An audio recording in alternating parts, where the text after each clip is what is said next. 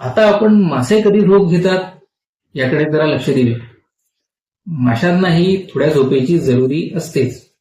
काही मासे तसेच एका जागी तरंगत राहत सताड उघड्या डोळ्यांनी झोप घेतात. काही प्रकारचे मासे तळाकडील रेतीत स्वतःला गाडून घेऊन चांगली झोप घेतात.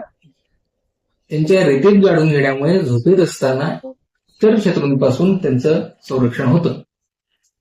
पॅरटफिश नावाच्या माशाची झोप घेण्याची तऱ्हा थोडी निराळीच आहे. हा मासा झोपण्यापूर्वी लाळीसारख्या पारदर्शक पदार्थापासून स्वतःभोवती आवरण तयार करून त्या आवरणाला तो पुढच्या तसेच मागच्या बाजूने पाणी येऊ जाऊ शकेल याची व्यवस्था करतो व त्यामध्ये आरामात निद्राधीन होतो. रात्रीच्या वेळी सागरतळी किर्र अंधार असतो व त्यावेळी शिकारीला निघणाऱ्या जलचरांसाठी त्याच्या भक्ष्याचा गंध हाच एकमेव आधार असतो.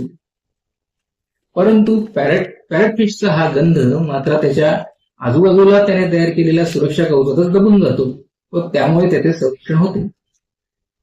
तर मित्रांनो, आज आपण इथेच थांबूया. लवकरच भेटूया नव्या विषयासह नव्या व्हिडिओत. तोपर्यंत नमस्कार, धन्यवाद.